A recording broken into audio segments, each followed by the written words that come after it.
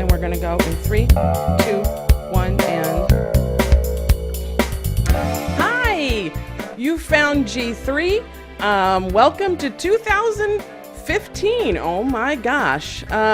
This is our first show of the year. I hope you're finding us again, but if you're just tuning in for the first time, we'd like to welcome you. We're a bunch of women who live and work in the tech field, and we get together and we have conversations. There's just to sort of fill you in on why we started this in the beginning. Not a lot of female tech voices out there, and we just want to do it. So we're doing this every week, or almost every week. And today we've got, well, we almost didn't have a show today, okay?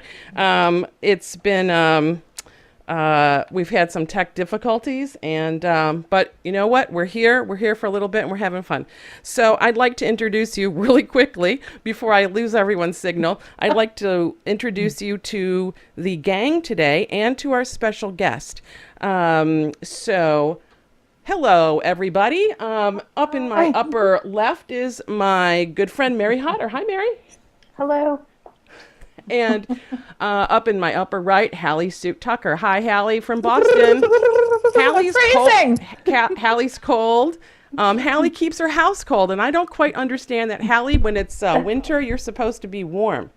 Whatever. It's only -2 here. And in my lower corner over here, Christy Wells. We might lose Christy as her computer is acting up and her battery is not cooperating with her today. Hi, Christy. Hi there, Tina. Happy birthday. Oh, I'm going to have to put my birthday hat on soon. Oh, it's your birthday. That's right. It's my birthday. It's January 8th. Okay. Happy birthday. Happy birthday to me. All right. And in my lower right corner here, a very special guest. I met her just recently. I heard about her project that's near and dear to my heart. She's an independent filmmaker named Lisa D'Appolito. Is that right, Lisa? That's right. Okay. Oops. Ooh.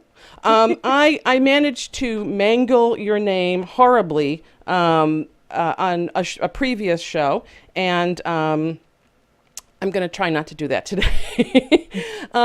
So Lisa will tell us more about her project in a little bit. But first, let's talk about stuff that's going on. Last we were together, we were sort of I think we were just sort of approaching the Sony stuff. But before we talk about that, if we do talk about that, I think we'd like to say something about, Christy, let me just turn to you since you're going to be gone in a little bit, says your computer. You've got something on your board back there. Yeah, and I'm flipped. I actually wrote it twice, hoping that it would show the right way, and of course, it's the way it doesn't. But sorry. But I think this is just, today marks the power of the web, and it's an amazing way for people to come together around a shared event. And talking specifically about the tragedy in Paris yesterday, where 12 journalists, lost their lives based on them pursuing their freedom of speech rights. And I just I want to just say my heart goes out to the friends and the families of the victims, and I was blown away by the amount of social support that came out from around the globe. And you'll see this saying, if you can actually read it backwards now. I'll have to write it the other way now. But, it means, in French, it just means I am Charlie. And what that basically means is that, the organization that was targeted was Charlie Hebdo. They're very, full of satire. They write a lot of cartoons that, do push the envelope when it comes to taking out just remarks against politicians, religious figures, all this too. And they are okay by most, and some took a little more offense than others. And so, I think, many of us are just standing in solidarity about the freedom of speech and supporting those out there. And I just think it's important to recognize that today. Well, I think what can be said. All of us echo this sentiment. We're all crying, and it's a certainly a really sad time for the people in France and for people around the world. Our freedoms of expression and freedom of press have been attacked again. And I wanted to add something, which Please. is, I think I'm really sad for Muslims because I think these are crazy people who pretend to be Muslims. I don't know how Muslim these Muslims are. So I'm also a reporter at the Boston Globe, so this is certainly hitting hard. We've had things all year. Last year we had people writing, if you wrote about women gamers, they were trying to be really aggressive and put you down. There's been so many things that people are like, oh, you can't write about that? So when did that all start? And I think it did all start all the way back to,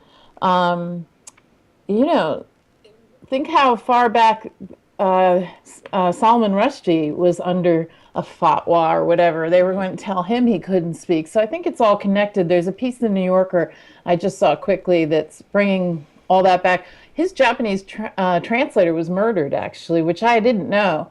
The other thing is at Christmas, with the movie being shut down, so there's a big, long line of what's going on here of people telling people they can't have freedom of the press to write about things or shoot movies or whatever. So it's all of a piece. I think it's go for it. Go for it. Sorry, it's interesting because I'm a big supporter, obviously, of the First Amendment and, freedom of the press. But there was also another interesting conversation that's not directed about the 12 victims that lost their life, because murder is never, that's just not sanctioned. That's just something we should support in any shape or form. But it was a fascinating conversation to have this morning with some friends from all around the world. And it came down to, yes, freedom of the press, freedom of speech, but what is our right to offend? Right. And that was the language that was actually used. It's like we are allowed to say whatever we wish to say, but it's got to be the point of when do we actually start self-censoring ourselves? Because we know that while we have those rights and we can share them on these platforms, the Facebooks, Twitter, even in YouTube, social media has actually made it very easy for us to get our statements out there and share what we believe in. But it's also, when we draw such a hard line, when do we start to bear the responsibility of censoring ourselves, as we know it's going to cause problems? Right. And, I don't say the C word because I know it offends a lot of people, so it's an interesting conversation. And again, it's not directly related to the 12 that lost their lives, because again, I don't support that in any shape or form, but it is something that makes us kind of sometimes gut check of how much is too much. And again, it's also, I have a right to offend. I also have a right to be offended. And where do you draw that line? And I can tell you something, a personal experience that happened with me. I did a short film, a pro-choice film called The Gynetician. And I was really shocked about the hateful emails I was getting, the things that were posting on YouTube.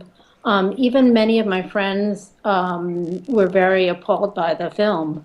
And it was really shocking because I was just, I was just voicing my opinion, and I really didn't expect to get such really evil emails and comments back. Lisa, can you tell us a little bit about what the subject matter was? The subject, it's a short film called The Gynetician. It's written by David Cross and Amber Tamlin. And Amber goes to, it's a comedy. It's about 6 minutes. Amber goes to a doctor to get birth control pills.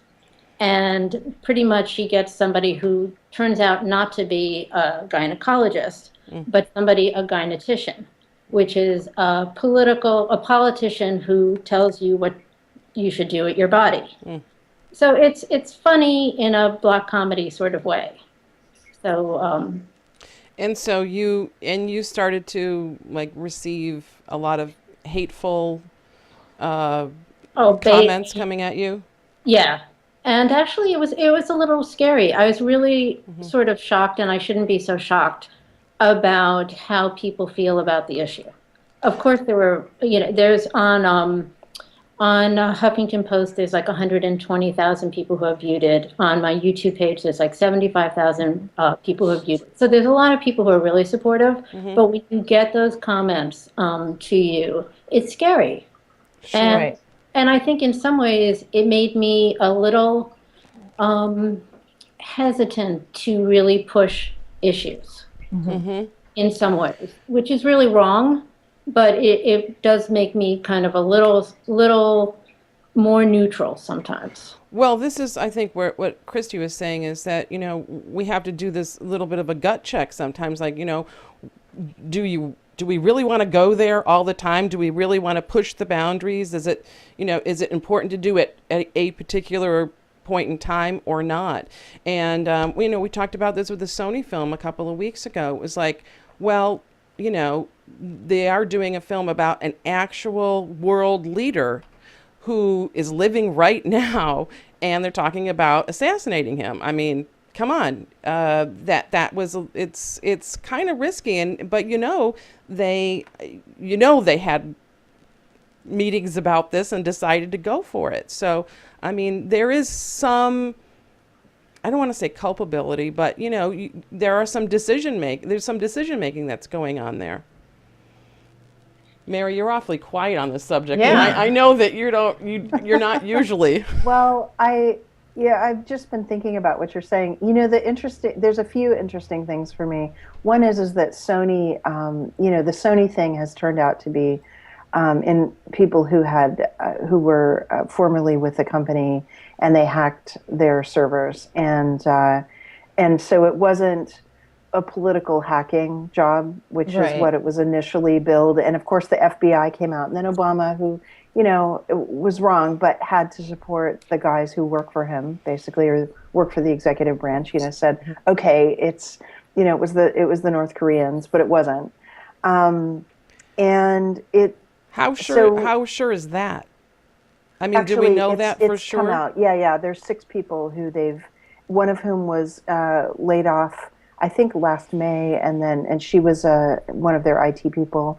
I mean, It was a basically woman. in the hacking, they hard coded links that like nobody could know. It would have been impossible to hack that from outside. So they're pretty sure that a lot of security researchers have really looked at what the FBI released, and basically it's now the FBI is going after these 6 people. So I mean that pretty much negates North Korea as an option. But anyway, so that's kind of an interesting development over the last 2 weeks. But that said, I mean, you cannot yell fire in a crowded theater. That is not protected speech, right?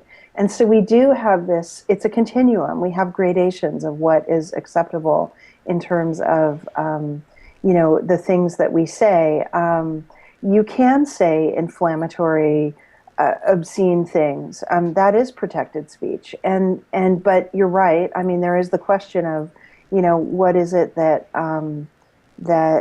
you're doing when you do stuff like that? I mean, are you culpable if you say something inflammatory to someone and they shoot you? I mean, is that murder, or is it, just flying off in the heat of the moment and it's manslaughter? Well, a lot of prosecutors make it manslaughter because it wasn't premeditated and blah, blah, blah. So we have all these different standards in our culture about how we deal with, speech that is, that causes people to get highly triggered and then angry, frustrated, whatever follows along, So I don't know. I mean, I think it's a really interesting issue. I posted a Huffington Post article yesterday, which I can put on the G3 thing as well, that has a bunch of the comics that were in Charlie that were inflammatory, and the one that's actually right on the cover of the Huffington Post article is, one of Muhammad kissing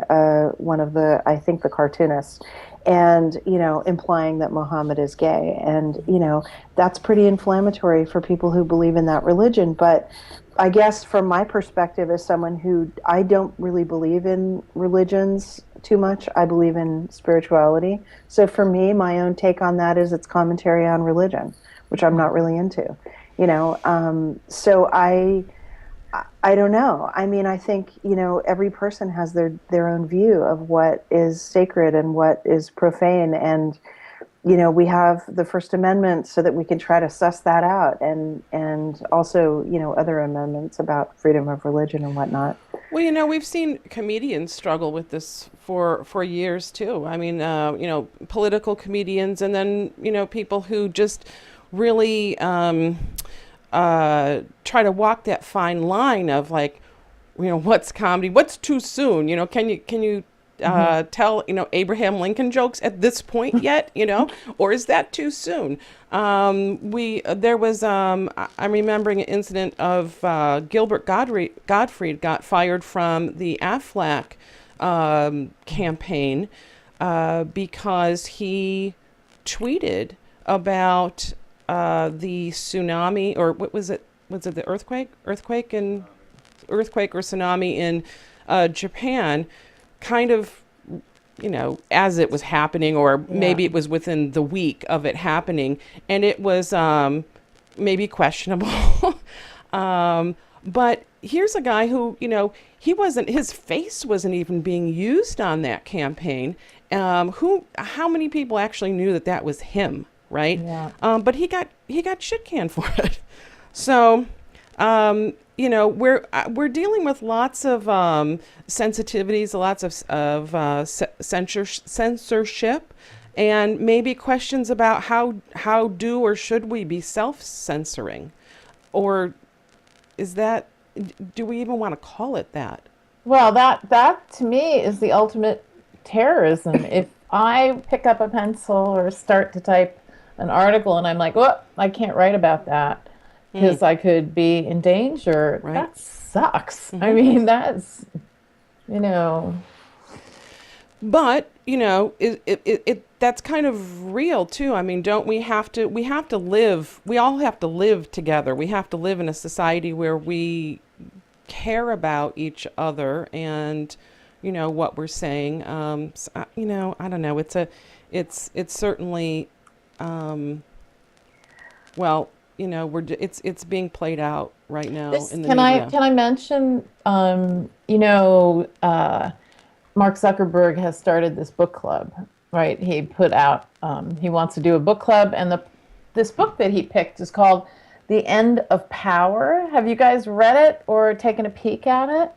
Not yet. But I think the irony that it's called The End of Power and it's sold out at Amazon, it's like, yeah, dude, By Mark there's no Zuckerberg. power. There's no power in your choosing this book for your book club. Absolutely. Hello. Well, and part of it, I'll give you the really, really short cliff notes again, which makes you think, okay, Mark, why'd you pick this book, right? But the short of it is that typical power that is exercised by a hierarchy, by big businesses, by big universities, Harvard, whatever, by big organized hierarchical power that's been this way for many hundreds of years at least, that's given way and beginning to change because of people at a very low level able to take power using social media, have power using terrorism,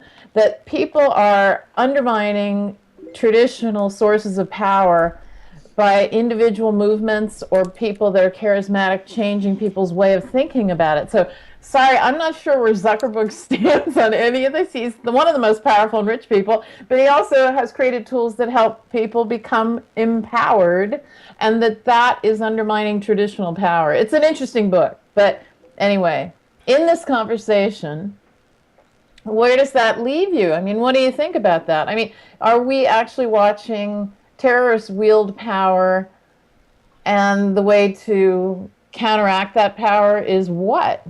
To wield power equally in a alarming manner? What?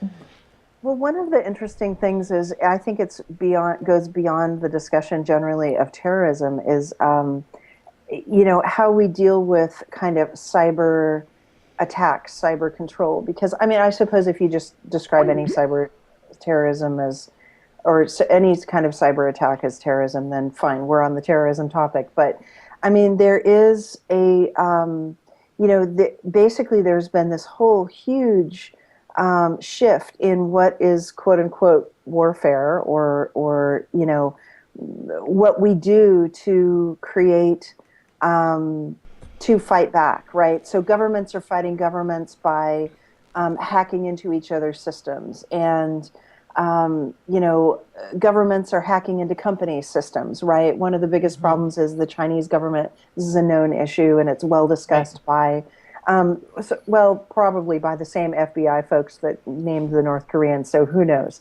But, I mean, they do talk about how the Chinese government is constantly employing hackers to hack into American companies and steal secrets because, they want a competitive edge. I mean, there's all kinds of different ways that people are using social media and systems hacking, whatever, to basically, recreate the conflict that we used to have in regular physical space online, right? Or So gain or and then you steal have power. government shutting down. Yeah, or aggregate power. I mean, you have governments shutting down the internet or blocking certain services. In my old company, we used to routinely see YouTube get blocked, and then because we had the entirety of YouTube's metadata, all of a sudden we would get millions and millions of people from Iran logging into our service to look at YouTube videos because they couldn't look at them at youtube.com. Wow. And it was because the Iranian government had blocked YouTube.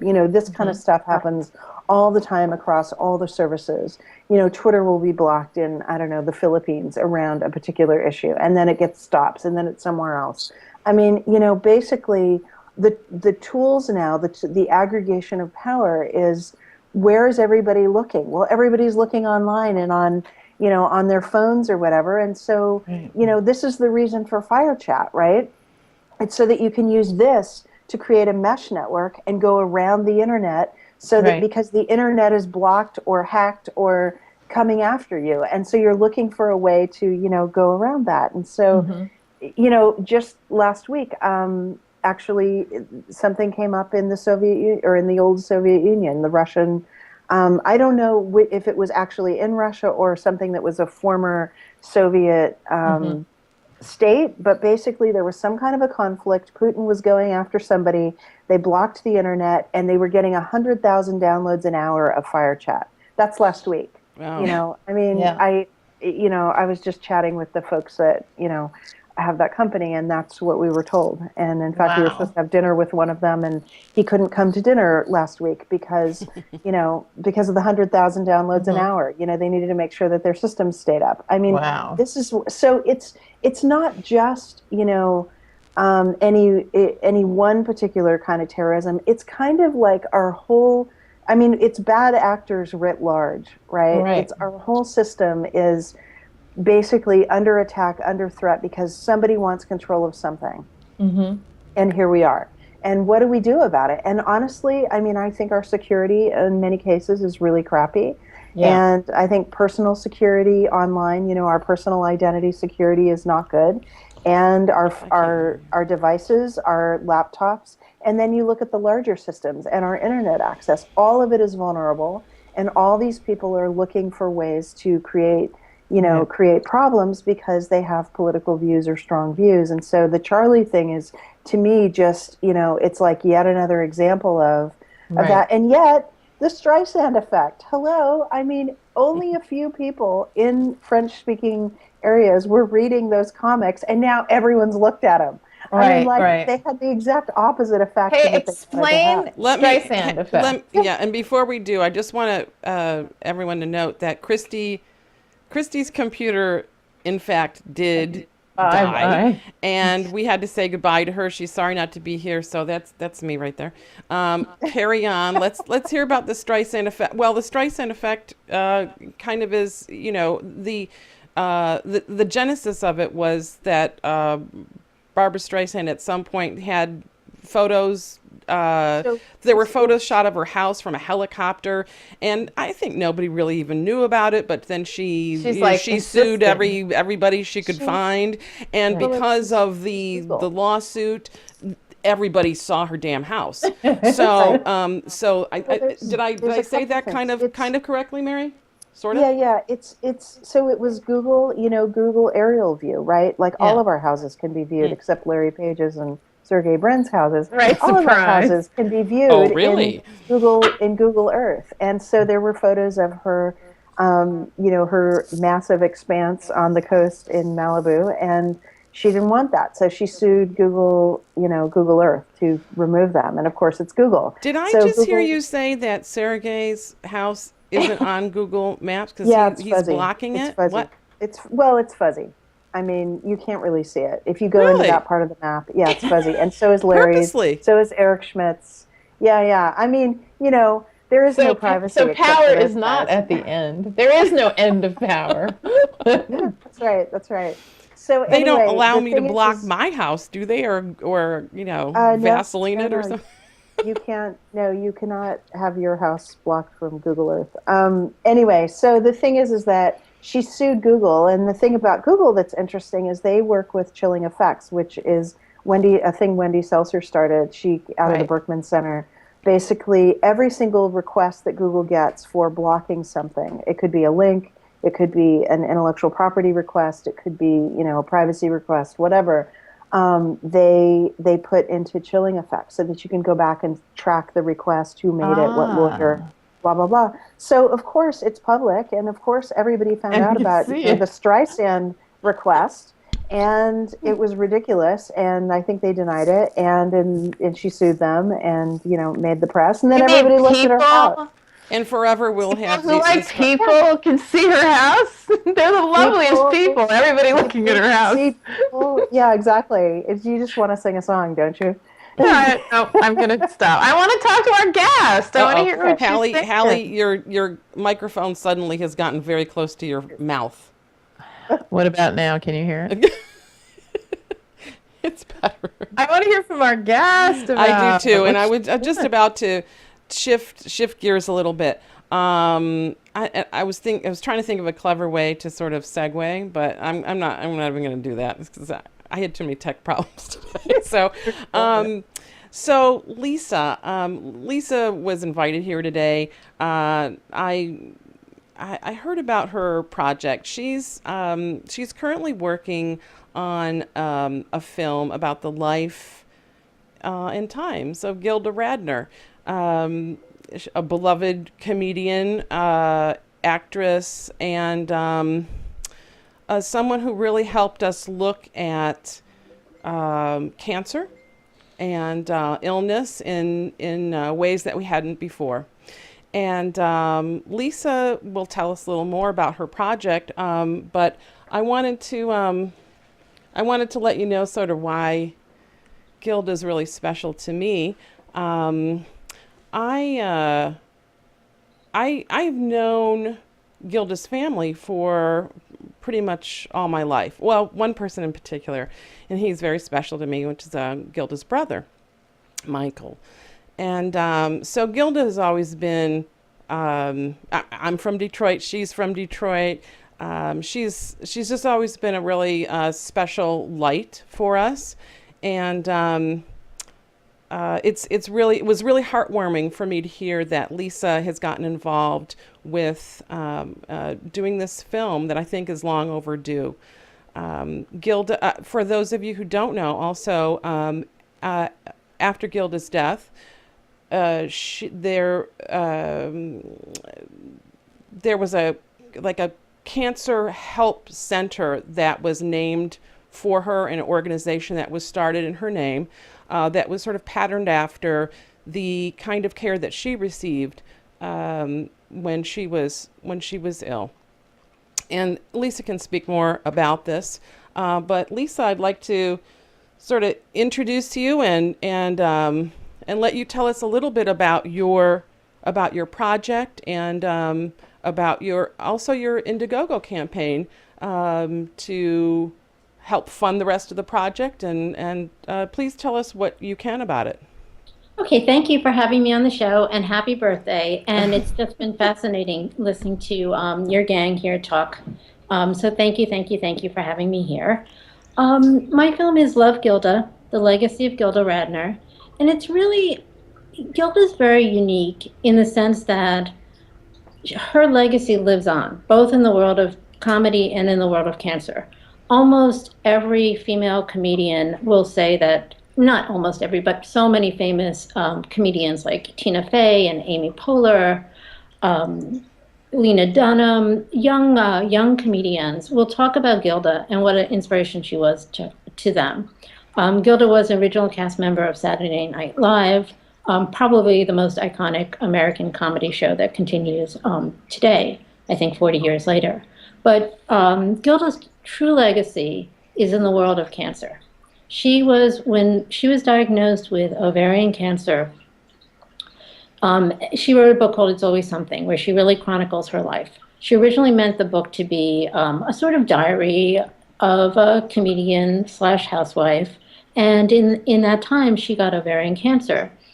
And what is so unique about Gilda in the Times, the book, There we go. It's Always Something, is And that was a line from let me think, Roseanne, one of her famous characters that she did on Weekend Update. And Roseanne was there. It's always something. I was thinking about that at the beginning of the show before we got on. I was like, it's always something. Yes, you're trying to get on. But Gilda was very out there. She made her private life with cancer very public at a time when people didn't talk about cancer. Yeah. She went to Laker games without a scarf on her head. She went on the cover of Life magazine and talked about her journey. And she went on the Gary Shandling show making cancer jokes at a time that people didn't talk about cancer. So basically, Gilda lives on in so many different ways. The way I got involved with making this film is I was volunteering at Gilda's Club in New York City, which is a non-profit, non-residential cancer support organization that helps both people and their families dealing with cancer. It's a beautiful little red house on Houston Street in New York, and there's 20 of them now throughout the US and Canada. And it's just a magical place. It's free, there's all kinds of support. And when I first started doing videos, the first day I walked in, I expected it would be a depressing place with people dealing with cancer, and it wasn't. It's people, of course, there's a serious side, but people laugh and they have fun, and there's images of Gilda everywhere. And there's Camp Sparkle, named after her dog, Sparkle. There's some of them have, it's the Always Something room. It's just the aura and the magic of Gilda lives on in Gilda's Club. And so when I started doing the film, it was because I started interviewing people facing cancer at Gilda's Club. And 1 in 4 people would start saying, oh, and Gilda, and they would talk about Gilda as if she was a friend. And even the little kids who didn't know who Gilda, they don't know who Gilda is, they would draw the iconic character. There's like a symbol of Gilda's Club, which is Gilda as Roseanne. And they would draw Gilda. And I remember one summer, I talked to this little girl named Ruth, who was from St. Lucia, and I said, oh, who are you drawing? And she's like, oh, I'm drawing Gilda. And I was like, wow, Gilda really is more than just somebody who was a comedian. She's more than somebody who Gilda's Club is named after. She's sort of iconic. And I mean, there's many celebrities who do amazing things. But there's something unique about Gilda's story. At least it was unique to me. And I was surprised that nobody had done it at this point. And I had never really done a feature film before. I've done short films, and I'm a director and producer in advertising. So I decided to go on the Gilda journey, and I started interviewing her friends and family, including her brother, Michael, who's as funny as Gilda, as Tina can tell you. And and I started visiting the different Gilda's clubs also. And somehow, I don't know, this is sort of what I'm doing with my life. It's been very exciting. Up to this point, because I have my own production company, I've been able to really make a lot of deals and film and supported myself, or I don't really support it myself. But at this point, I came as far as I can go. So I started an Indiegogo campaign, which is a whole new journey in itself. And it's exciting. it's really stressful. I've never probably been so stressed in my life. I don't know why.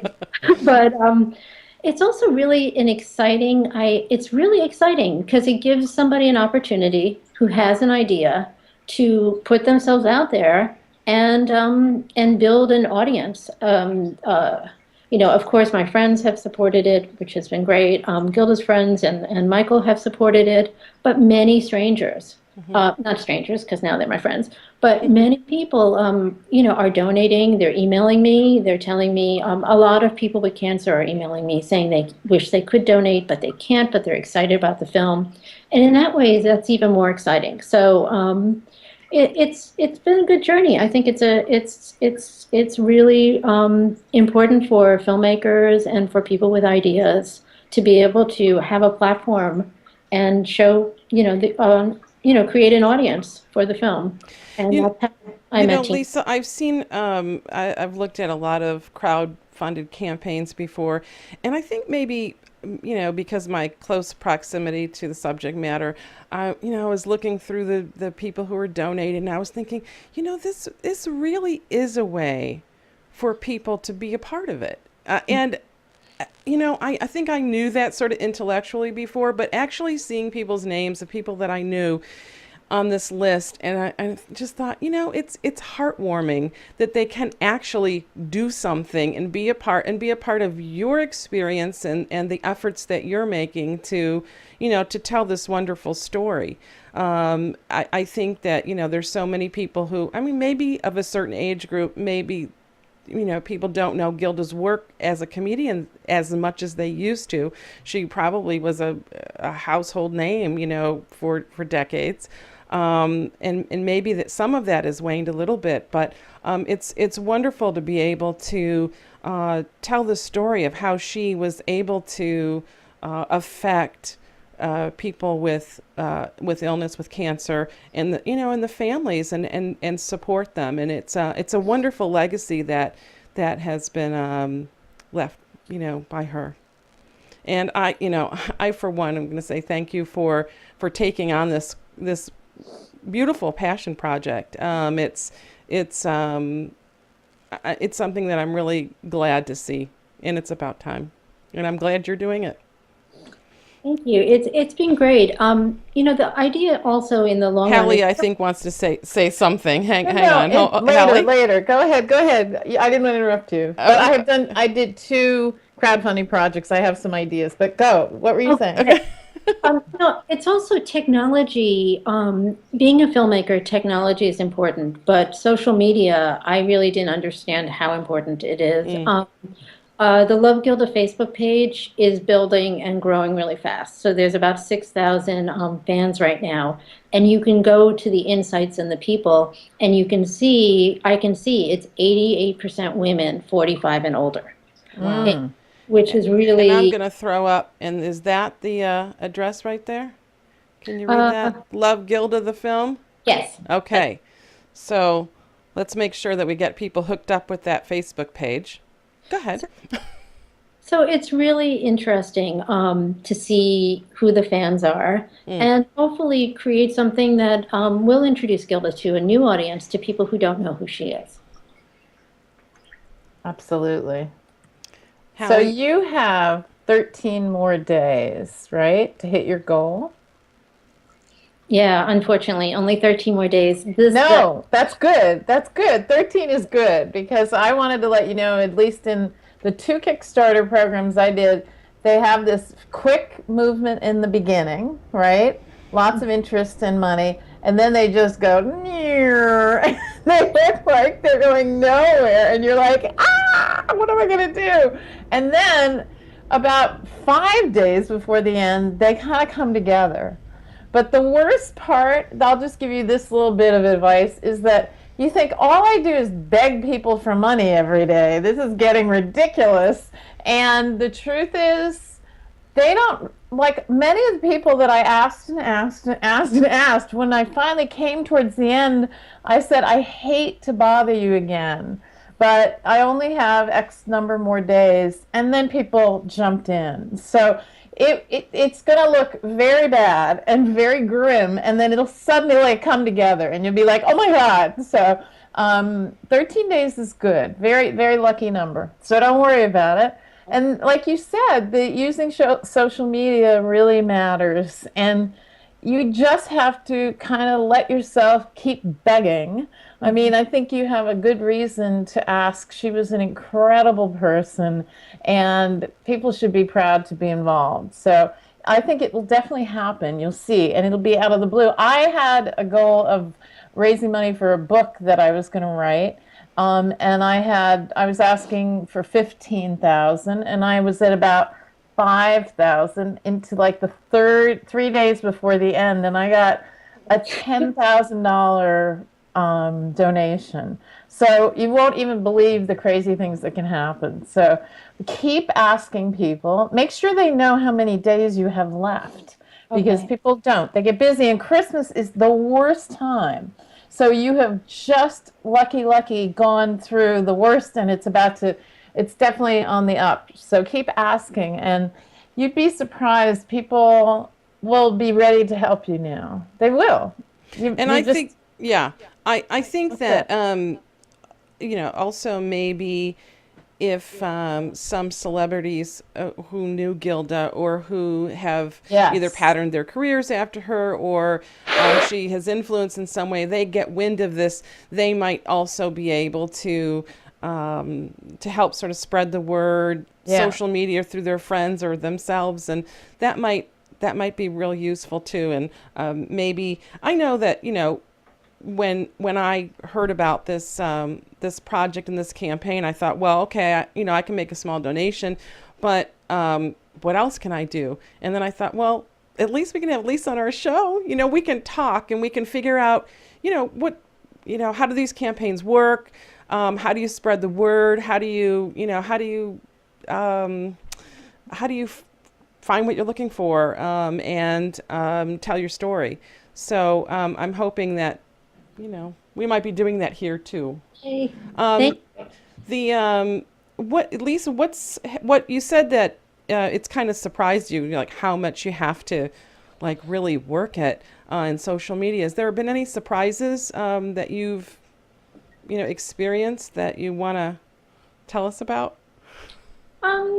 Surprises. It is just a nonstop to-do list. I think you really need support of other people to help you with, and it's hard to ask, especially if you have filmmaker friends who are all doing their own films, or you have friends who are involved with nonprofits like Gilda, where they need Gilda's Club, where they need to raise money for themselves. It's really, really hard to get people on board. The exciting thing is that some people have come forward who have found the campaign.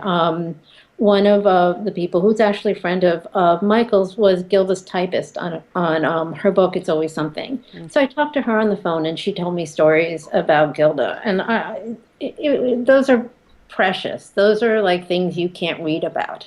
You can't find, Yeah. her backups, one of her backup singers contacted me also, and people are coming forward with amazing stories about Gilda. Whether they're in the film or not is not anything, but it just reinforces who she was. Like somebody told me that somebody emailed me and they said that they called, when Gilda was on Broadway, they called the theater and she answered the phone. And they had like a 15-minute conversation, both about his ticket, what he was doing in New York. And it's just, these are great stories that just go on and on. I think the one thing that I didn't have a Twitter following, like I built up the Facebook page. Right. And I think the Twitter following and knowing more about Twitter would have been very, very helpful, because I'm starting to learn and I'm tweeting people who tweet about Gilda and they're tweeting back. But it really is, the day goes by, you wake up in the morning and you go to sleep at night, and the day has gone by. But it's great. I mean, the goal is 50,000. I'm at 30,000 now. So that's 30,000 I didn't have, a month ago. So you'll get it. You'll get it. Did you ask Lily Tomlin, who's also from Detroit? Oh, no, I didn't. She's on my list. It's really hard. Lisa's making note of that right now. Yeah, no, listen, let's ask her. She's busy. She got married yesterday. Ooh. To who? Yeah, to her partner of Jane Wagner. 40 years, an Yeah. awesome writer, Jane Wagner. So, unless this is a year ago, but it says 1/7/2014. I just posted it. Oh, that's Yeah. cool. Oh, that was a year ago. Yeah. And she just won that big award, didn't she? Okay, Lily Tomlin, if you're out there watching the show, we would Yes. I would love to interview you. Tina Fey, Amy Poehler, Lena Dunham, oh, what's her name? I'm just from Obvious Child. She's from Detroit too. I think she would be great. There's a whole list of Have female you got comedians. any of these yet? Have you got some? So None. It's really hard to get through to people. I mean, if you really need a personal connection. Going through an agent, if you're an independent Yeah. filmmaker, going through a PR people. I mean, the thing that I'm So- learning, and I'm learning to respect also, is that somebody like Tina Fey or Emma Stone is the ambassador to Gilda's Club in New York, and she actually would be my number one choice because she actually knows and has volunteered at Gilda's Club, and she knows some of the kids I've been filming. Did you ask her? Getting to her is the problem. Go on, you get to her. Okay, here's There's a gotta be a thought way. I think about we're what going to do. have to help you find some people. Mary, yeah. you wanted to say something. So here's a thought about what you could do. Get all the Twitter handles for all of these people, Right. and also get the Twitter handles for their assistants and their brothers and sisters and anybody else who is somewhat close to them who could say, Right. hey, you should take a look at this tweet.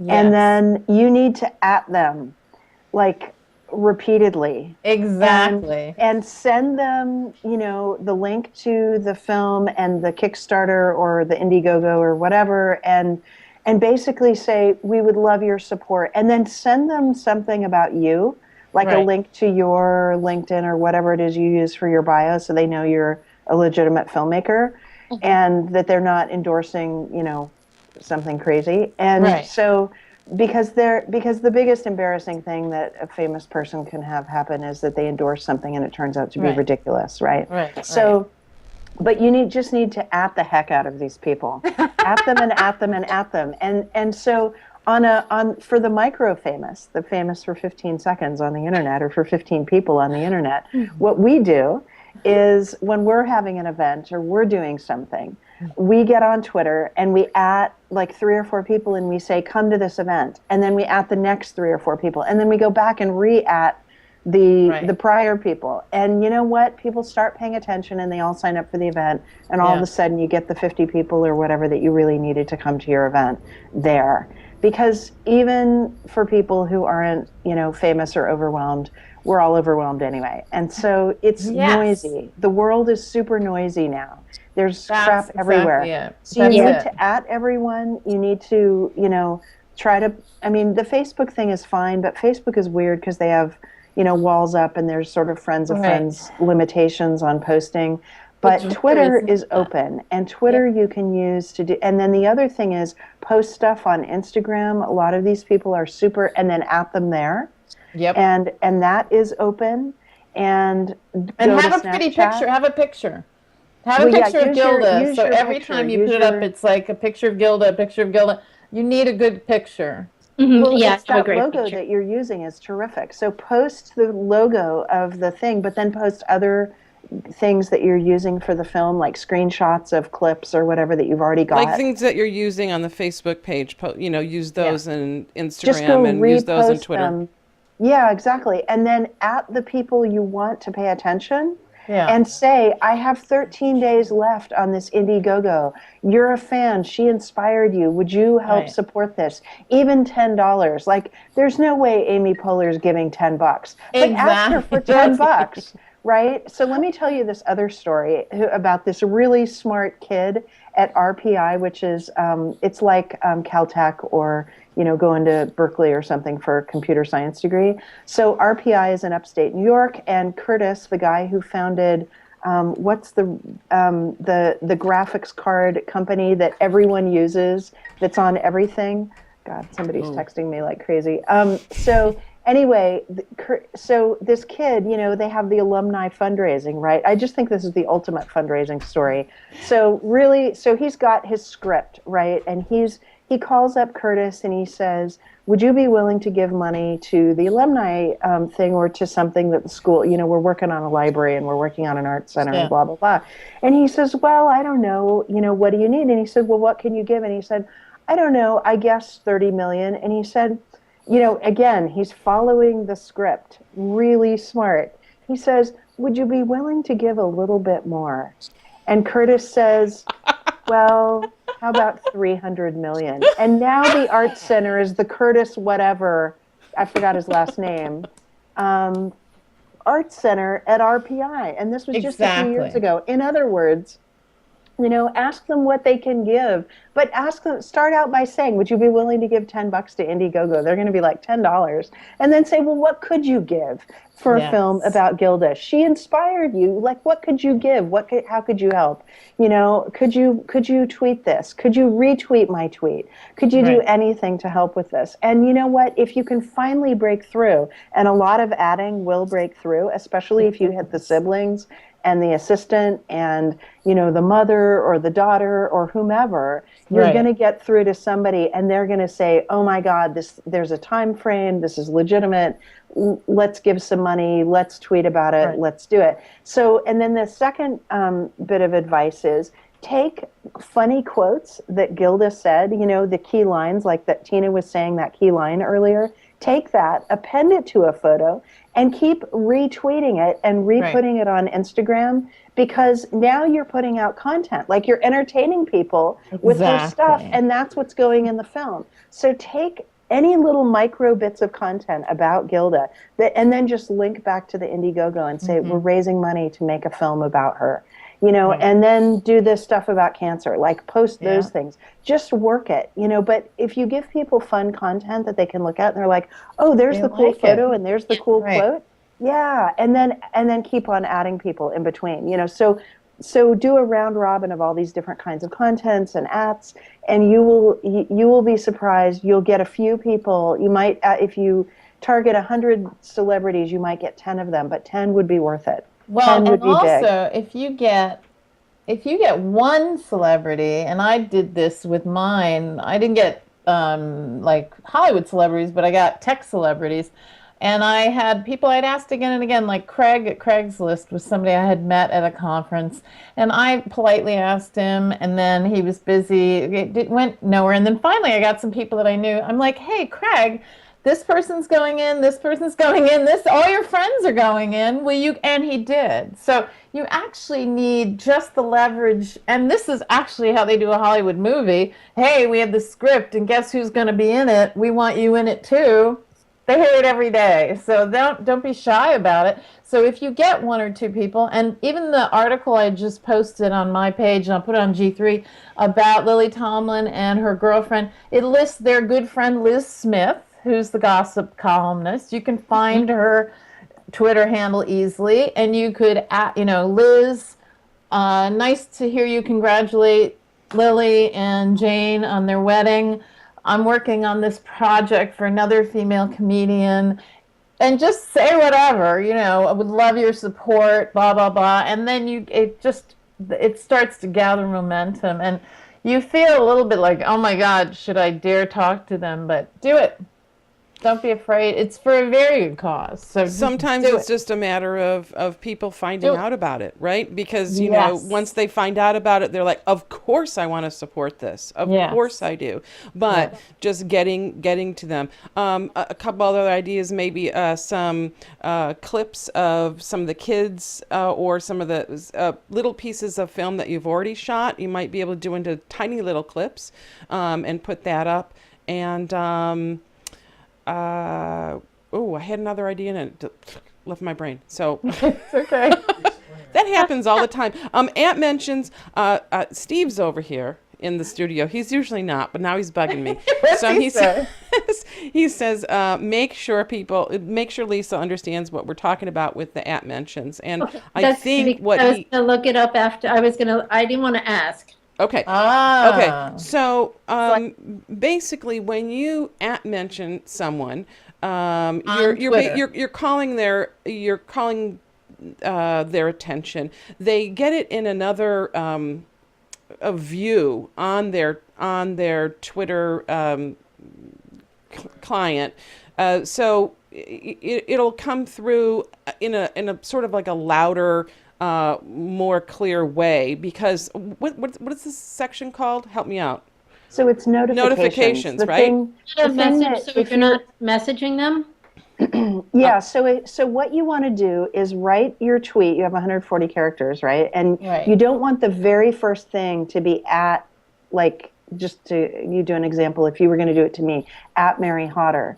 Because if there's nothing in front of the at, it's only going to go to me and anyone who follows me. What you want to do is write some content like, we're raising money for a documentary about Gilda Gradner, figure out how to do it in 140 characters, at so and so, would you help? And then linked, do a short bit.ly link to the Indiegogo so that they can Explain go bit.ly. there.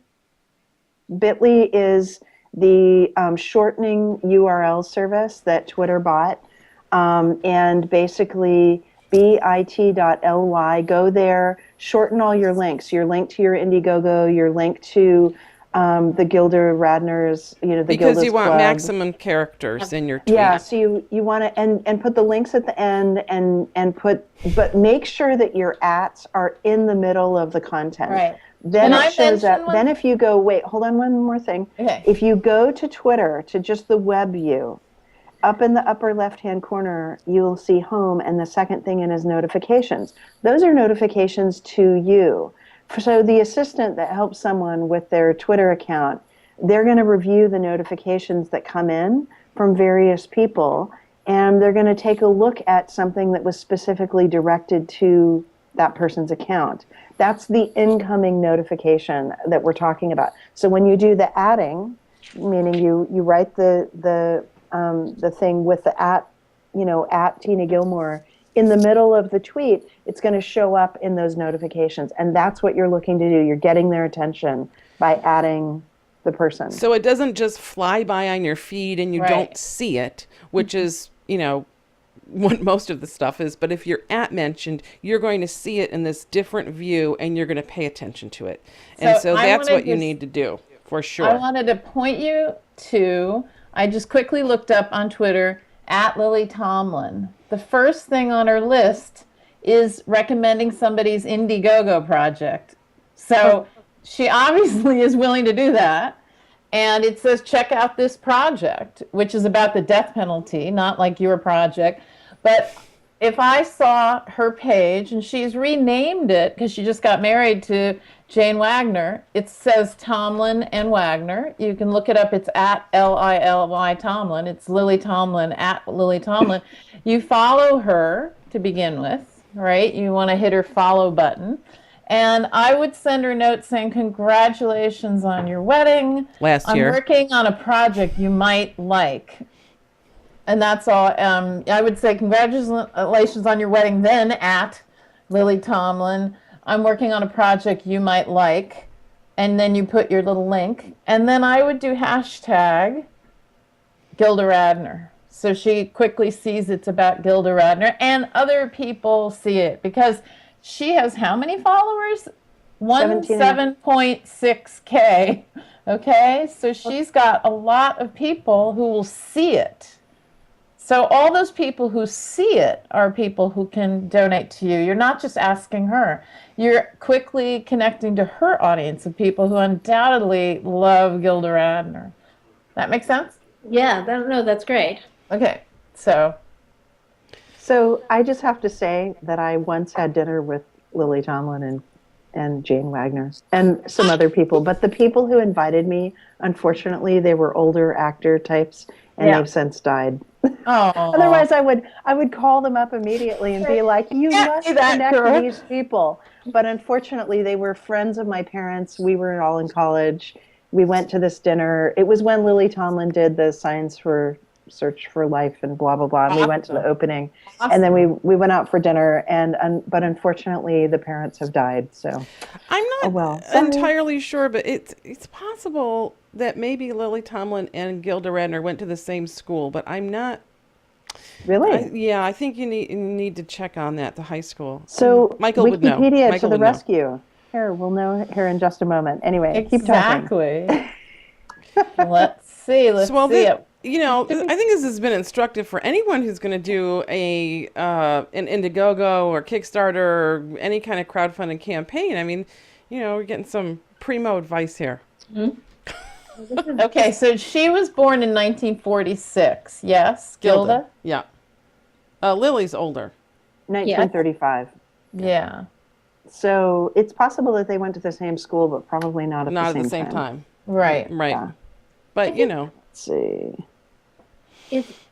It's interesting because I love this. It's such an I mean, you would never be able to get to people without if you only had to go through their agents and their PR people. So That's this is true. really great. It's just you just have to, I have to get through my to-do list, and I've just brought on a producer to help me, which is great because I don't think you can do this alone if you're going after this kind, or at least I know I can't do it It's alone. hard. It's really hard. The days. So I don't think it's entirely impossible, though. My dad was the CEO of Medical Alert for, I don't know, a couple of decades, and Medical Alert. So now there's tons of charities and lots of celebrities endorse those charities and try to help them, or like Emma Stone or the ambassador for the Gilda's Club thing. But in the 60s and 70s and 80s, when my dad was doing this, there weren't very many charities. And he went out and got, I mean, these are really old names, but Andy Devine, Ed Asner. That's great.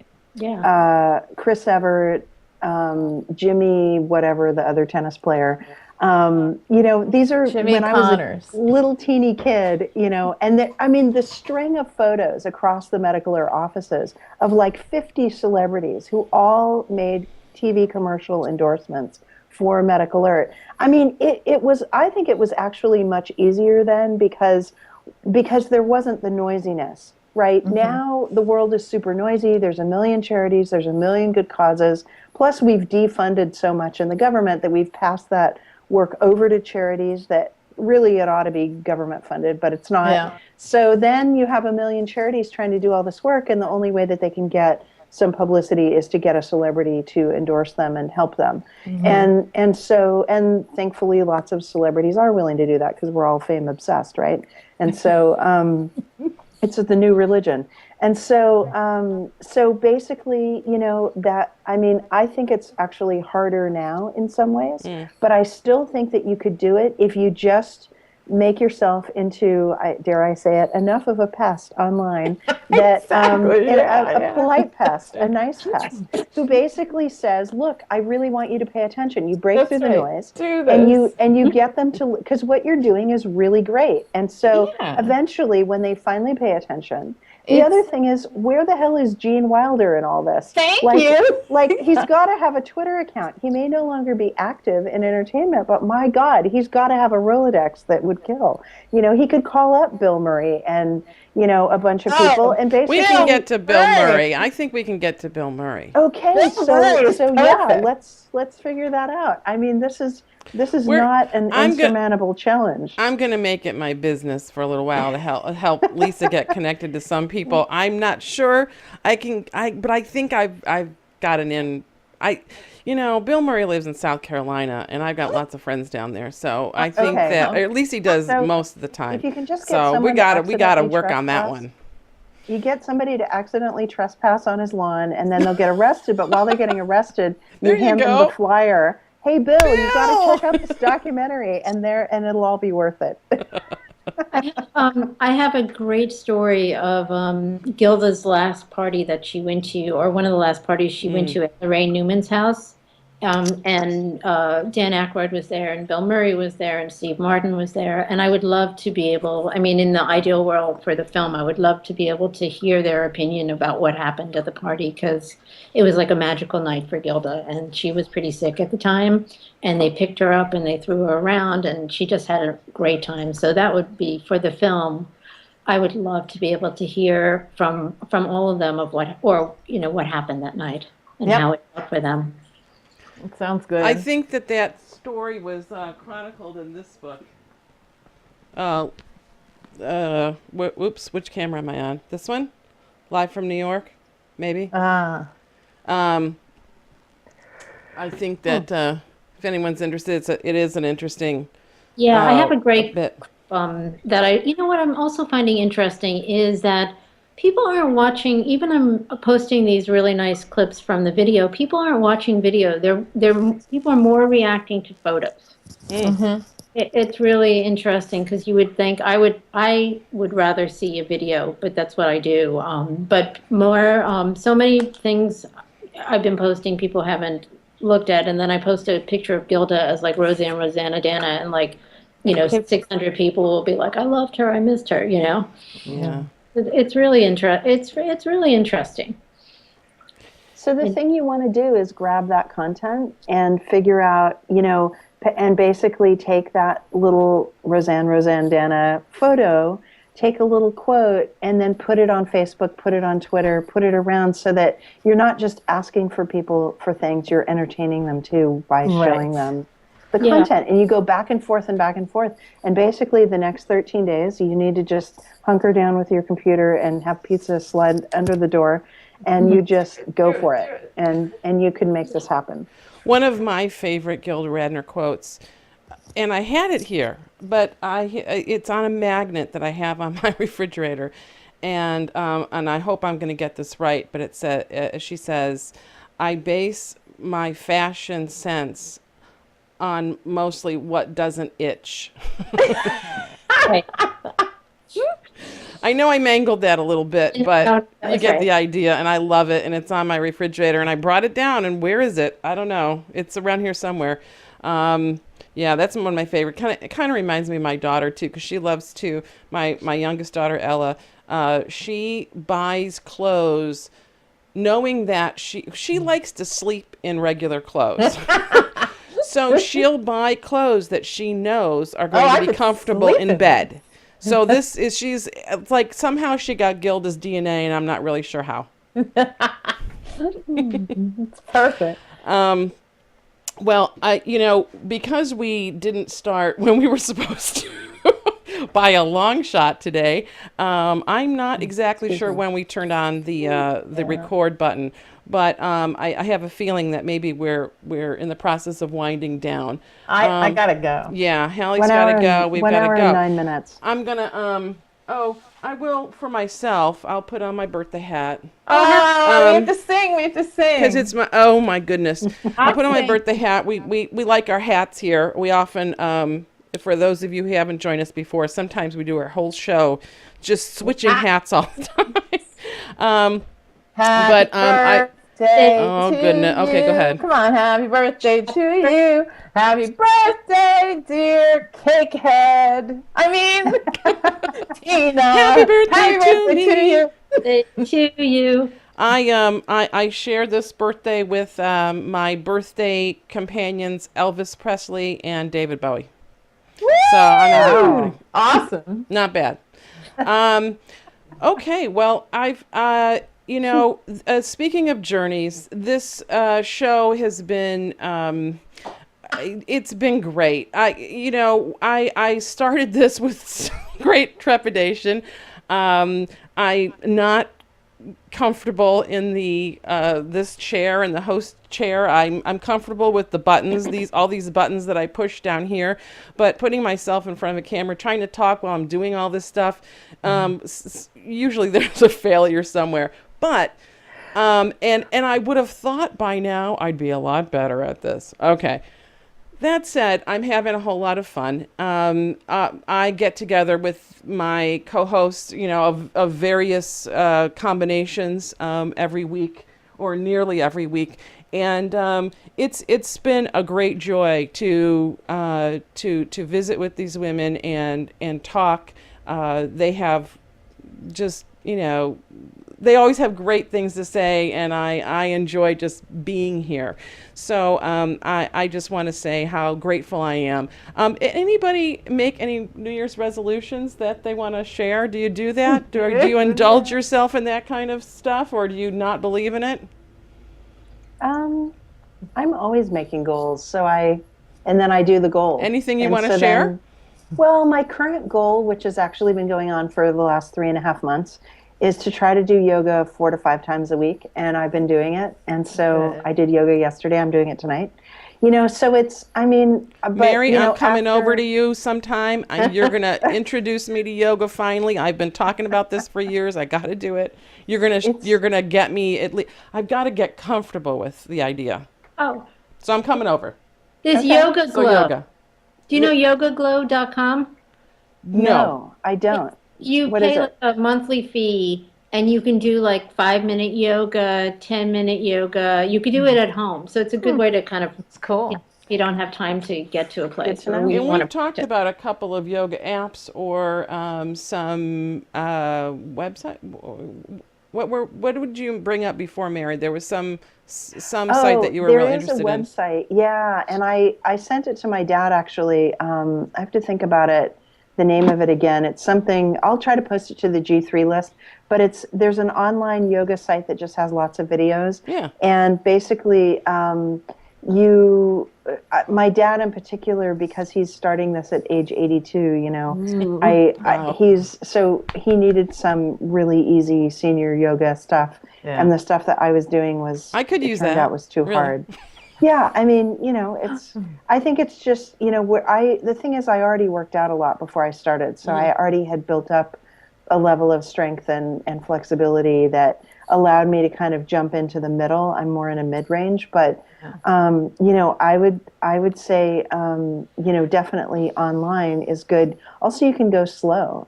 And I work out with my trainer online. I mean, why can't you do yoga online? Yeah. You know, Well, it works. I'm gonna do it. I've been going to the gym though, so I'm real Good proud of you for girl. that. Good Good. girl.